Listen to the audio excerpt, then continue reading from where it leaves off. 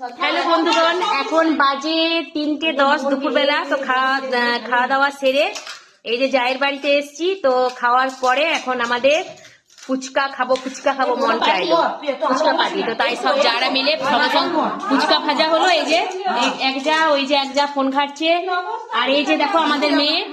এই কি করছিস? ফুচকার আলু মাখছে। আর এই যে দেখো একজন খেতে মানে ফুচকা খাবার খেতে আরম্ভ করে দিয়েছে ফুচকা।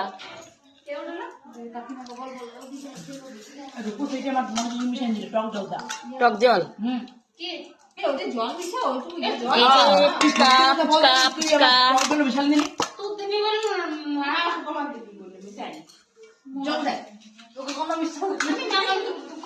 দেখি।